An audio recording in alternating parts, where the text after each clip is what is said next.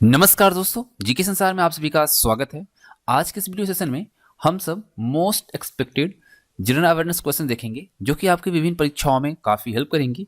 तो चलिए सेशन को स्टार्ट करते हैं। अगर आप हमारे चैनल पर पहली बार आए हैं तो चैनल को सब्सक्राइब करके बेल आइकन को प्रेस कर लीजिएगा और इसी तरह के इंटरेस्टिंग और यूजफुल पीडीएफ के लिए हमारे टेलीग्राम चैनल को ज्वाइन कीजिएगा, जिसका लिंक आपको नीचे डिस्क्रिप्शन बॉक्स में दिया गया है। तो चलिए सेशन को स्टार्ट करते हैं और देखते हैं हम यहाँ पे वैसे क्वेश्चन जो हमारे एग्जामिनेशन में आ सकते हैं। देखिए, सांख्यिकी दिवस 2020 इसके अवसर पर किसे आजीवन उपलब्धि का पुरस्कार दिया गया। तो आपको मैं बता दूं कि ये जो करंट अफेयर्स के क्वेश्चंस हैं ये आपकी बीपीएससी से लेके हर प्रतियोगी परीक्षाओं में पूछे जा सकते हैं। तो याद रखिएगा, सांख्यिकी दिवस 2020 के अवसर पर जिन्हें आजीवन उपलब्धि का पुरस्कार दिया गया वो है सी रंगराजन। ठीक है, सी रंगराजन को यह उपलब्धि हासिल हुई है या यह पुरस्कार दिया गया है। अगर इसके बारे में थोड़ा फैक्ट को हम जाने तो सांख्यिकी दिवस के अवसर पर सांख्यिकी और कार्यक्रम कार्यान्वयन मंत्रालय द्वारा प्रथम राष्ट्रीय सांख्यिकी में प्रोफेसर पीसी महालनोबिस आधिकारिक पुरस्कार 2020 प्रदान किया गया।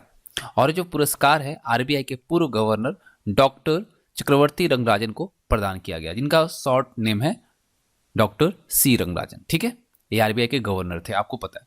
और उन्हें यह पुरस्कार भारत में राष्ट्रीय सांख्यिकी प्रणाली में उनके उत्कृष्ट योगदान के लिए दिया गया है। तो वेरी वेरी इंपॉर्टेंट क्वेश्चन है, इसे आप नोट कर लेंगे। ठीक है, चलिए नेक्स्ट क्वेश्चन देखते हैं। नेक्स्ट क्वेश्चन कहता है, किस राज्य में पानी में डूब चुके लगभग 500 वर्ष पुराना भगवान गोपीनाथ देव मंदिर पानी से बाहर आ गया है? कौन सा मंदिर है? भगवान गोपीनाथ देव मंदिर। और ये लगभग 500 वर्ष पुराना है और ये पानी में डूब चुका था। तो ये किस राज्य में है? तो ये उड़ीसा। उड़ीसा के नयागढ़ जिले में महानदी में 500 साल पुराना गोपीनाथ मंदिर मिला है और ये 150 साल पहले महानदी में बाढ़ आई थी और उसमें यह मंदिर जो है डूब गया था। और ये मंदिर की अगर हम ऊंचाई की बात करते हैं तो लगभग 55 से 60 फीट ऊंचा है। और ये कितना पुराना है? लगभग 500 साल पुराना मंदिर है। ठीक है, चलिए नेक्स्ट क्वेश्चन है, स्पार्क परियोजना निम्नलिखित में से किस केंद्रीय मंत्रालय द्वारा आरंभ की गई है? देखिए, स्पार्क का मतलब है scheme for promotion of academic and research collaboration. तो ये किया गया है मानव संसाधन विकास मंत्रालय के द्वारा। ठीक है, अकादमिक और अनुसंधान सहयोग संवर्धन योजना, जिसका इंग्लिश में अगर हम देखें तो scheme for promotion of academic and research collaboration जो है इसका फुल फॉर्म होगा, और शॉर्ट में देखें तो स्पार्क। ठीक है, स्पार्क का जो लक्ष्य है वो भारतीय संस्थान और विश्व के सर्वोत्तम संस्थानों के बीच अकादमिक एवं अनुसंधान सहयोग को सुगम बनाकर भारत का जो उच्च शिक्षा के लिए जो हमारे शिक्षण संस्थान हैं उनमें अनुसंधान परिदृश्यों को बेहतर बनाना है।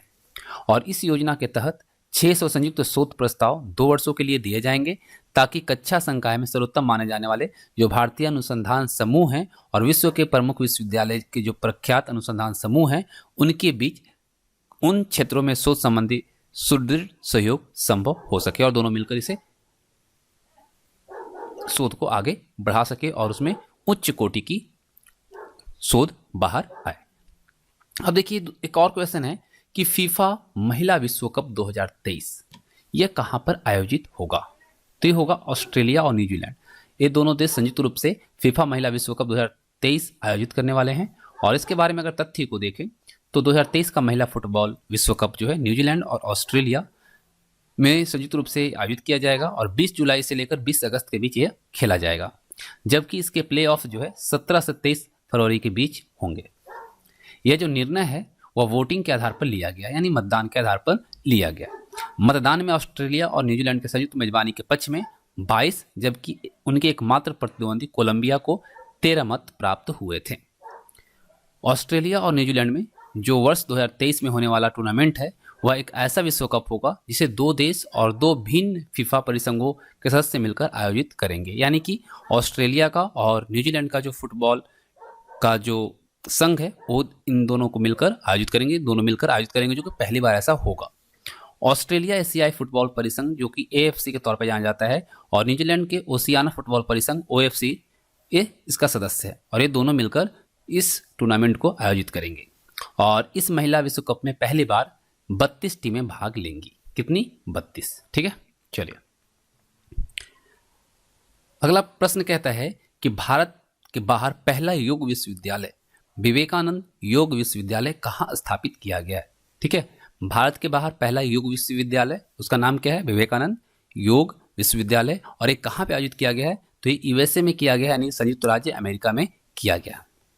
23 जून 2020 को भारत के बाहर विश्व के पहले योग विश्वविद्यालय विवेकानंद योग विश्वविद्यालय, यानी वायु के तौर पे अगर शॉर्ट फॉर्म में देखा जाए तो होता है, इसका लॉस एंजल्स में उद्घाटन किया गया। ठीक है, इसका संयुक्त रूप से केंद्रीय विदेश राज्य मंत्री वी मुरलीधरन और विदेश मामलों के अस्थायी समिति के अध्यक्ष पीपी चौधरी द्वारा न्यूयॉर्क में भारत के वाणिज्य दूतावास में आयोजित एक वर्चुअल कार्यक्रम में उद्घाटन किया गया था। प्रसिद्ध भारतीय योग गुरु एवं स्वामी विवेकानंद योग अनुसंधान संस्थान के चांसलर डॉक्टर HR नागेंद्र इस विश्वविद्यालय के पहले अध्यक्ष हैं। याद रखिएगा, ये जो पहला देश के बाहर जो योग के लिए विश्वविद्यालय स्थापित किया गया, ये कहाँ किया गया? संयुक्त राज्य अमेरिका में, जिसका नाम है क्या? विवेकानंद योग विश्वविद्यालय। और इसके पहले जो चांसलर हैं वो डॉक्टर HR नागेंद्र हैं। ठीक है, इसके पहले अध्यक्ष भी हैं। चलिए आगे देखते हैं। अगला प्रश्न है, the room where it happened पुस्तक के लेखक कौन है? तो the room where it happened पुस्तक जो है, इसके लेखक हैं जॉन वाल्टन। कौन है? John Walton. तो वीडियो को आप सब लाइक और शेयर जरूर कीजिएगा, क्योंकि सारे क्वेश्चन जो हैं वेरी वेरी इंपॉर्टेंट क्वेश्चंस हैं। एक क्वेश्चन देखिए आता है कि गी गोल्डन लंगूर भारत में कहाँ पाया जाता है? तो ये पाया जाता है केवल असम में। याद रखिएगा, ठीक है। ऑप्शंस भी आप साथ में देखते चलेंगे। गी गोल्डन लंगूर भारत में कहाँ पाया जाता है? केवल असम में पाया जाता है। गोल्डन लंगूर जो है ट्रेचिपिथेकस पश्चिमी असम और भारत भूटान की सीमा से सटे इलाकों में पाया जाता है, और ये भारत में वैज्ञानिक समुदाय द्वारा हाल ही में खोजे गए प्राइमेट में से एक है। इसकी खोज की अगर हम बात करते हैं तो 1953 में ईपीगी द्वारा औपचारिक रूप से की गई थी, और IUCN की लाल सूची में इस प्रजाति को संकटपन्न यानी कि जो इंडेंजर्ड की श्रेणी में रखा गया है। असम चिड़ियाघर में गोल्डन लंगूर संरक्षण परियोजना यानी GLCP की शुरुआत जो है वर्ष 2011-12 में की गई थी, और इस परियोजना के लिए धन की व्यवस्था जो है केंद्रीय चिड़ियाघर प्राधिकरण नई दिल्ली जो है उसके द्वारा की गई थी। और इस कार्यक्रम का जो उद्देश्य है वो है विलुप्त हो रहे गोल्डन लंगूर की प्रजाति को संरक्षित करना। ठीक है, चलिए अगला प्रश्न है कि विश्व ऊंट दिवस कब मनाया गया? तो देखिए, आप सबको पता है कि 22 जून को विश्व ऊंट दिवस मनाया जाता है, लेकिन 2021 की बात करें हम तो 22 जून 2021 को मनाया गया। ठीक है, विश्व ऊंट दिवस मनाने का जो उद्देश्य है वो लुप्त होते इस पशु जो है उसके संरक्षण की दिशा में लोगों को अवेयर करने के उद्देश्य से इसको मनाया जाता है। और ऊंट जो है इसको रेगिस्तान का जहाज भी कहा जाता है, इस उपनाम से भी इसे जाना जाता है। 1948 में भारतीय सेना में ऊंट दस्ते को शामिल किया गया था। वेरी वेरी इंपॉर्टेंट चीज़ है, इसे नोट करेंगे। और इसके बाद 1975 में भारतीय सेना ने इसे सीमा सुरक्षा बल यानी BSF को सौंप दिया, और पहली बार 1976 में 90 ऊंटों की टुकड़ी पहली बार गणतंत्र दिवस परेड का हिस्सा बनी थी। ठीक है, गणतंत्र दिवस में ऊंटों की जो पहली टुकड़ी है उसकी संख्या थी 90, और ये 1976 में पहली बार परेड में भाग लिया था। अगला प्रश्न देखते हैं। अगला प्रश्न है, विश्व का सबसे बड़ा मेढक कौन सा है? मोस्ट इंपॉर्टेंट है। ठीक है, तो ये है गोलियत फ्रॉग। ठीक है, विश्व का सबसे बड़ा मेढक कौन सा है? गोलियत फ्रॉग है, और आप यहाँ पर देख भी पा रहे हैं। ठीक है, देखिए दुनिया का सबसे बड़े मेढकों की प्रजाति का नाम जो है गोलियत है, और गोलियत जो है अपने रहने के लिए खुद के लिए एक छोटा सा तालाब का निर्माण करता है, और यह उनके व्यवहार में शामिल है। और इन मेढकों की अगर वजन की बात करते हैं तो 3.3 किलो तक होती है, और लंबाई की अगर हम बात करें तो 34 सेंटीमीटर यानी कि 13 इंच तक होती है। तो इस तरह से जो इंपॉर्टेंट क्वेश्चन थे हम लोग यहाँ पर देख रहे हैं। और क्वेश्चन जो लास्ट आता है वो आता है कि मानसून के आगमन पर किस राज्य में 3 दिवसीय राजा पर्व आयोजित होता है? मानसून के आगमन पर किस राज्य में 3 दिवसीय राजा पर्व आयोजित होता है? तो वह राज्य है उड़ीसा। 3 दिन जो होता है इस प्रकार होता है, कैसे? राजा संक्रांति, आषाढ़ मास, और इसके पहले दिन को संक्रांति से पहले के दिन यानी कि पीली राजा संक्रांति के दिन, और उसके बाद के दिन को भोजदा या बसी राजा के नाम से जाना जाता है। तो ये 3 दिवस जो हैं इस तरह से मनाया जाता है, और ये मानसून के आगमन पर मनाया जाता है। कहाँ पर? उड़ीसा में।